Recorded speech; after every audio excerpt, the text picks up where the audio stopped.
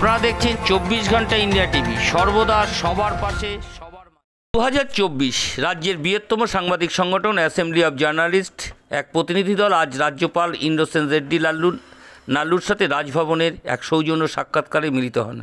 প্রবীণ সম্পাদক assembly of জার্নালিস্টের সভাপতি সুবল কুমার দের নেতৃত্বে 9 সদস্যের প্রতিনিধি দল ত্রিপুরার সাংবাদিক এবং সংবাদ মাধ্যমের বিভিন্ন সমস্যা সম্পর্কে রাজ্যপালকে অবহিত করেন। রাজ্যপালের সাথে সাংবাদিকদের মত বিনিময়ে উঠে আসে সাংবাদিকদের বিভিন্ন দাবি দাবা, সাংবাদিকদের সার্বিক মনোনয়ন সংক্রান্ত এবং সব রকম বিষয়ে আলোচনা হয়। 2017 সালে 2 মাসের ব্যবধানে কর্মরত 2 সাংবাদিক হত্যাকাণ্ডের বিচার প্রক্রিয়া, দীর্ঘসূত্রিত সাংবাদিকদের আবাসন প্রকল্প এবং বাস্তবায়ন, সত্য শিথিল ও স্বাস্থ্য, সাধারণ বীমার সুযোগ সুবিধা, সাংবাদিকদের পাশাপাশি সংবাদ মাধ্যমের সমস্ত কর্মীদের জন্য সম্প্রসারণ, অ্যাক্টিভিশন কার্ডের সুবিধা বাড়ানো এবং রাজ্যের সমস্ত যোগ্য সাংবাদিকদের আয়ত্তে আনার এবং রাজ্য স্যাটেলাইট চ্যানেলে চালু করার, যাতে ত্রিপুরা সহ দেশ ও বহির্বিশ্ব পরিচিত প্রদানের ব্যবস্থা করা হয়। সাংবাদিকদের অন্যান্য পেশাগত সুযোগ সুবিধা বাড়াতে রাষ্ট্রপালের দৃষ্টি আকর্ষণ করা হয়। রাজ্যপাল এ ব্যাপারে প্রয়োজনীয় উপদেশ এবং রাজ্য সরকারকে দেবেন বলে আশ্বস্ত করেন। 24 ঘন্টা ইন্ডিয়া টিভির প্রতিনিধি বিশেষ প্রতিবেদন। সাংবাদিকদের বিভিন্ন সমস্যা এবং তাদের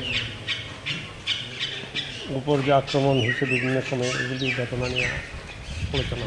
দুজন সাংবাদিক মার্ডার হয়েছে, যেমন এখানে এখনো বিচার পায় না। মিডিয়াকে স্ট্রেংথেন করার ব্যাপারে উনিও অনেকগুলি পরামর্শ আমাদের দিয়েছেন, আমরা এগুলিও শুনেছি। উনিও পজিটিভ। কি বললেন রাজ্যপাল? যেসব কমপ্লেনগুলো আমরা করেছি উনি কথা বলেন। আর হলো এই যে হাউজিংয়ের ব্যাপারটা, এটা উনিও খবর করবেন, আমরাও চেষ্টা করব। Thank you. গভর্নরের সঙ্গে সাক্ষাৎকারটা আজ আমাদের খুব ফলপ্রসূ হয়েছে। গভর্নর নিজে আমাদেরকে অনেক উপদেশ দিয়েছেন। আমাদের মূল আলোচ্য বিষয় ছিল এখানে মিডিয়ার কিছু সমস্যা বা কিছু দাবি দাবা, এগুলো বিষয়ে ওনাকে অবহিত করা। উনি সেগুলি শুনেছেন। ওনার সাংবিধানিক অবস্থান থেকে যতটা করা সম্ভব তিনি সেটা করবেন বলেছেন এবং আমাদেরকে বলেছেন যে নিজেদের দাবি দেওয়াটা সরকারের কাছে ভালোভাবে তুলে ধরার জন্য এবং সরকারকে কনভিন্স করার জন্য।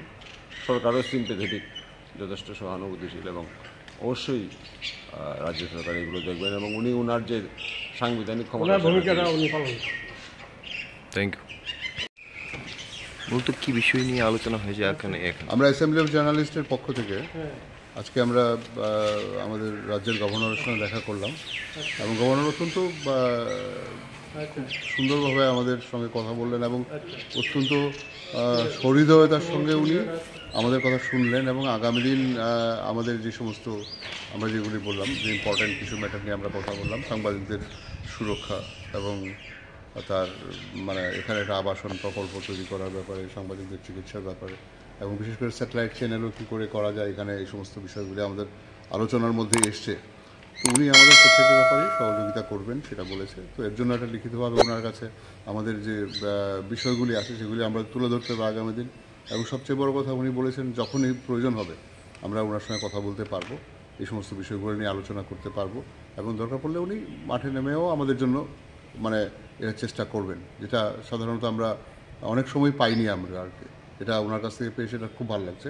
অ্যাসেম্বলি অফ জার্নালিস্টের পক্ষ থেকে আমরা এই কি বলবো, এই অনুভূতিটা জানানো উচিত বলে মনে করছি। ধন্যবাদ।